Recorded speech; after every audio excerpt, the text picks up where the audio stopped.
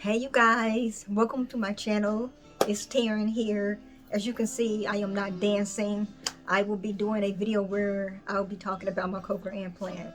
My experience, just sort of like going off, bits and pieces from my cochlear story that's over at Cochlear America's website, their hearing and now blog. So you can go there, check out the story, and just read up more about my experience from going from the hearing aid to the cochlear implant.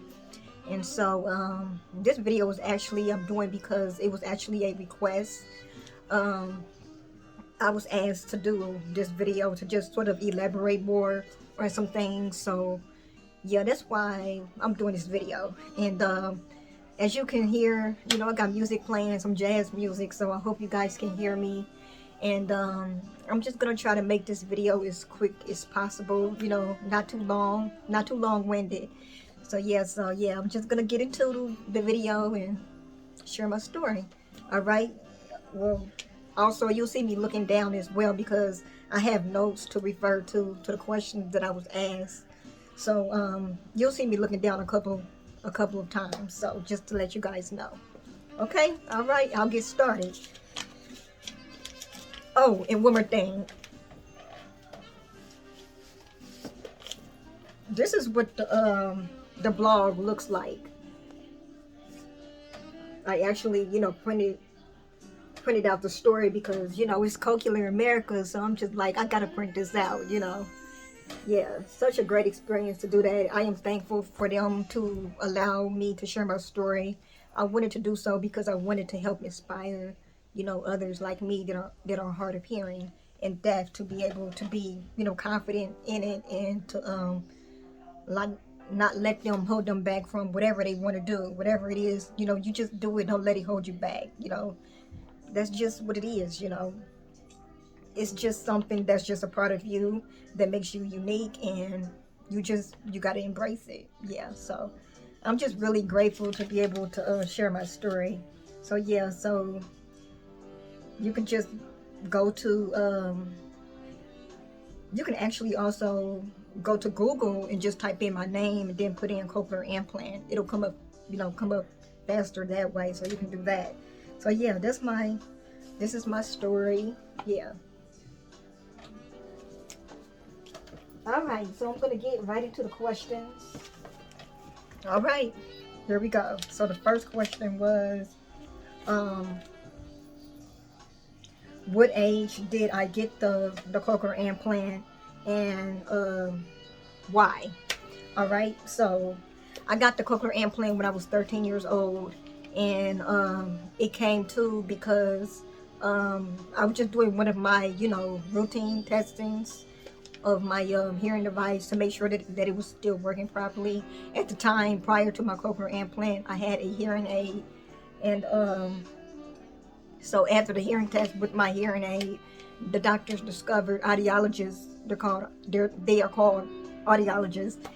They said that they've noticed that my hearing has gone down drastically. It's going downhill.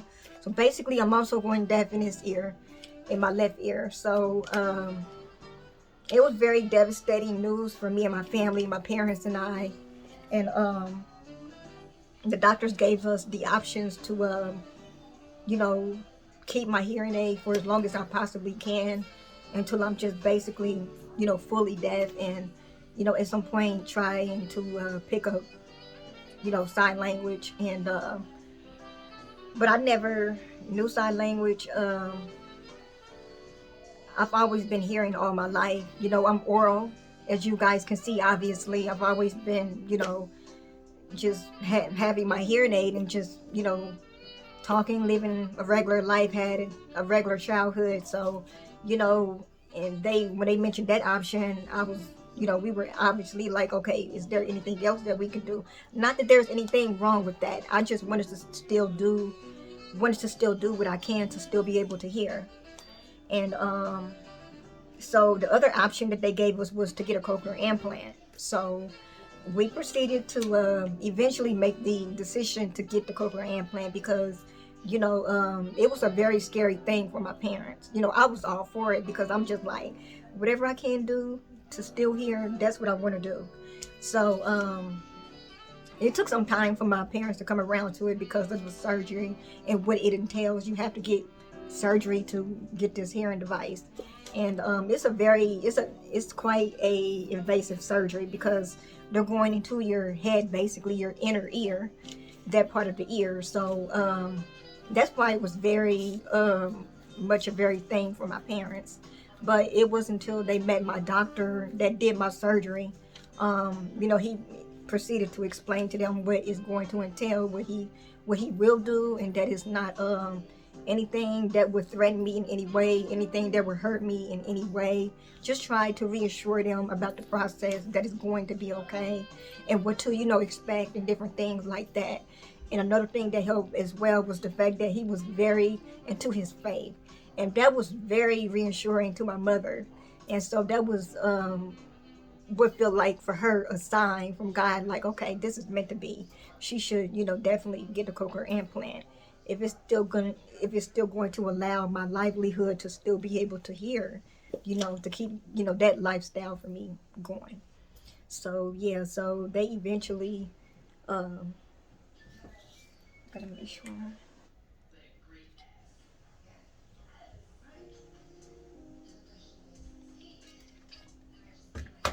Oh, commercial was playing. I was trying to put it back on the music, so that's what I was doing. Yeah, so what was I?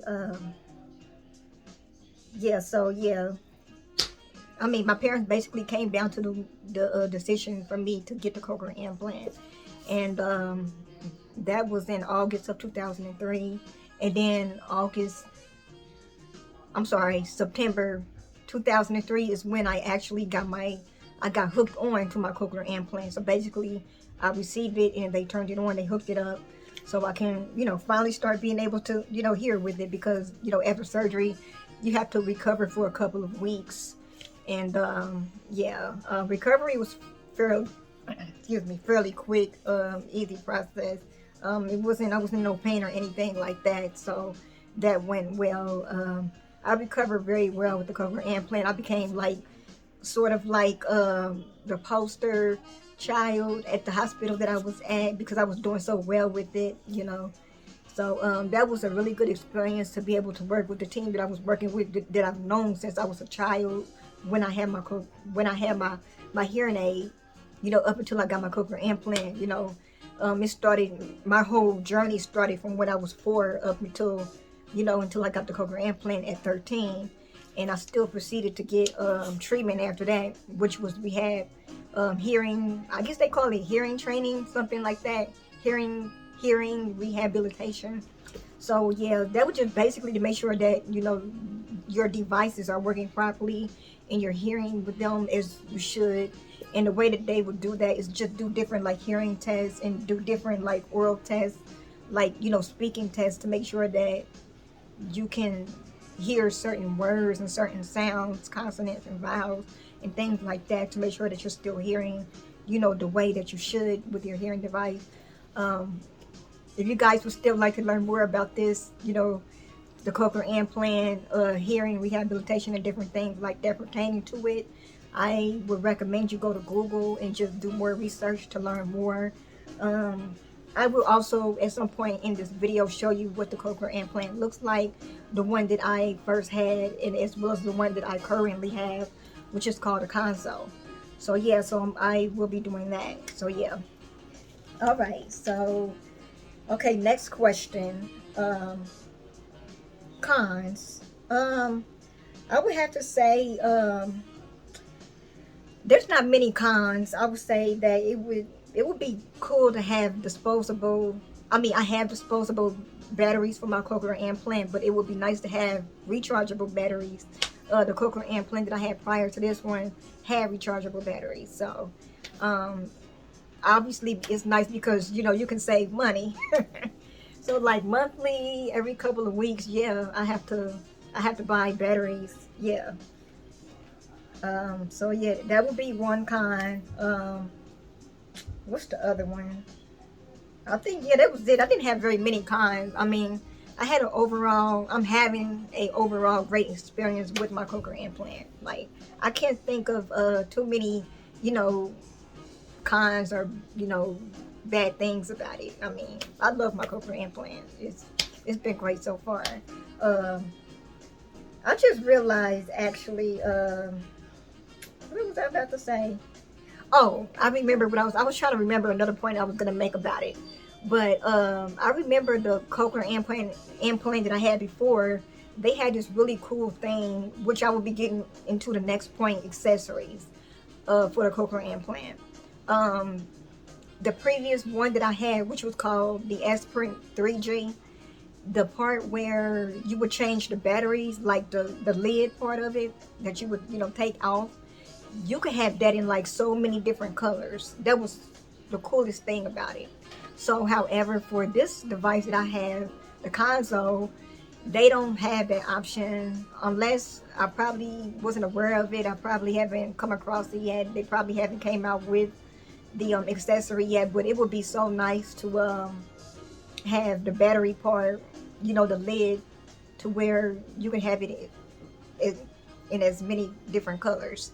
So I think that would really be nice, because, you know, I want to, you know, show it sometimes and just be like, yeah, I can do many different colors with it. It's really cool, and people can see. So yeah, I think it's a part of like an awareness thing for me. That's why I think that would really be cool if I could have the option to, you know, change that part in many different colors. So yeah.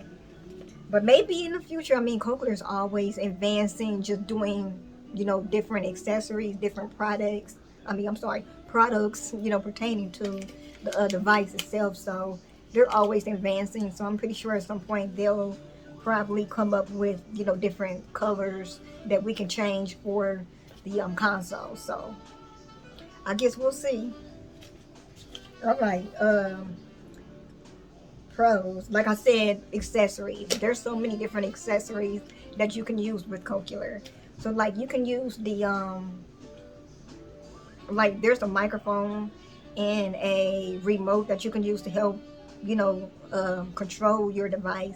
Basically, adjust your device to your liking, so that it could be the volume, it will be the sensitivity, and um, you know, you can uh tune up, tune down the background noise around you. Like there's so many different things that you can use to enhance your experience with your hearing device, the cochlear implant. And so I have the microphone and the remote, and I will show you guys that eventually. They also have a TV streamer, a device where you can hear directly from the TV. This, like, it's hooked up to your TV basically, so you're hearing the TV through your device like a Bluetooth. So that's really cool. TV streamer. And what was the other thing? Am I forgetting something else? I think I forgot what else I was about to say. I'm always forgetting something. Yeah, but yeah, that's it so far. So yeah, like I really enjoyed the accessories, you know, part of having the cochlear as well. Really cool, really neat. You know, it's just amazing when you think about technology, how it has advanced over the years. You know, it's amazing. Especially the doctor that created this. I think he was from France. And yeah, in the 80s, I'm just like, wow, to just see how where cochlear has came from then to now, it's just amazing. I'm just like, wow, wow. Yeah, so okay, mainstream. Was I mainstreamed in school? Um, yeah, I would say I was mainstream in school. My experience was normal, you know.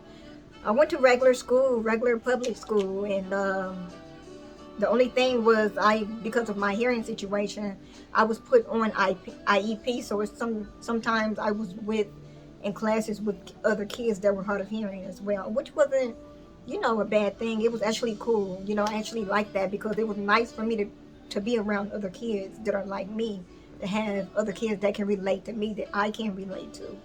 And yeah, so I also had to use a school hearing aid when I was a child, along with this system called the FM system. So basically, what that was is where the teacher would wear a microphone, and they will hook it up to your hearing device, your hearing aid, to where you're mostly able to hear the teacher coming through.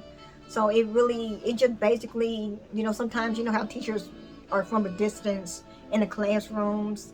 So it just helps us to hear a lot of what they're saying and to, you know, keep up. So that really helped out a lot in school. And in middle school at one point, was it seventh grade? Yeah, it was seventh grade. I got a oral interpreter, even though I don't sign. Um, I had to get her because prior to getting my cochlear implant, she was a tremendous help in me keeping up in class, because at the time, like I said, I was losing my hearing. So my parents got me her to basically, you know, help me do better in school and to, you know, do better with my grades. So yeah, because I was missing out a lot in class, you know. So yeah, so I was using that, the FM system, and I had a oral interpreter, so she would talk and sign as well. So she was very helpful. My friends in class that I've had, they liked her, they loved her. I remember her, Miss Ann. She was so sweet, so nice, just such a gentle spirit. So yeah, so it was great working with her. I was just very blessed to have teachers that were understanding, that were very caring and supportive of me at school. So yeah, I'm just very blessed, very thankful for that. So yeah, um, yeah. So yeah, that's it. I mean, that's all the questions that she asked. So yeah, that's all of them. I think I may want to do, if you guys would like me to. I'm thinking about, like I said, you know, even though I had a very normal childhood experience in school growing up, I still had, like, you know, my moments, you know, where I've gotten bullied. Um, that was way back in eighth grade. So yeah, I think I'm gonna do a story time. I'm thinking of doing a story time on that. So you guys will have to let me know if you would like me to do that. I will do the video. So yeah, that's it. All right. Thank you for watching. Bye bye.